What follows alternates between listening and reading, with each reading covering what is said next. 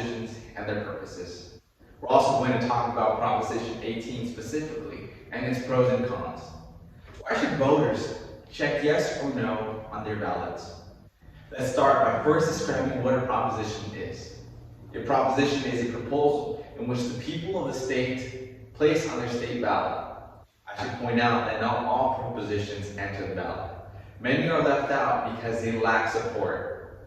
Many already know how these ballots look like since every year you receive 1 year of funds.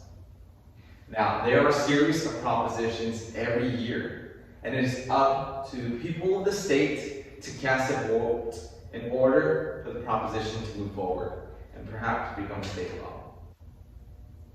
Now, let's talk about Proposition 18. This proposition was introduced by the California State Legislature. If passed, it would allow some 17-year-olds who turn 18 by the day of general election, November 3rd, to vote. If passed, this proposal would turn into a state constitutional amendment. So why should voters vote yes on Proposition 18? Some say California is a bit late on this law.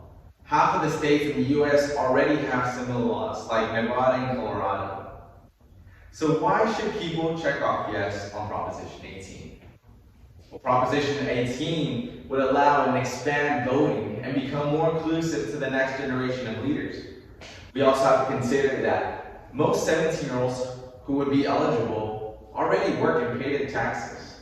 Shouldn't they get the opportunity to choose their next leader? This proposition would force young teens to educate themselves and get involved in civil duty.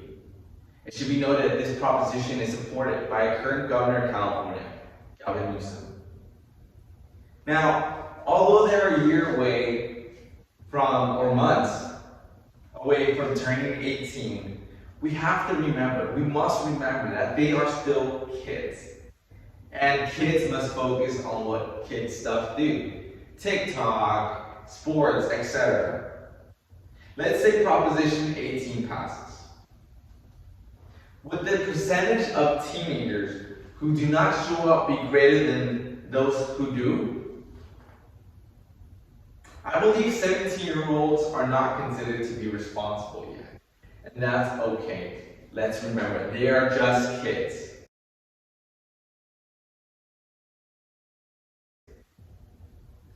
But let's also be honest to ourselves and understand that there are stronger arguments and reasons why not to approve this proposition than reasons to support it. A primary argument is that they are considered independent and may be influenced by their parents at home.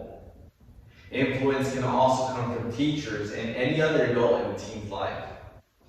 Think how that can affect the results of an election.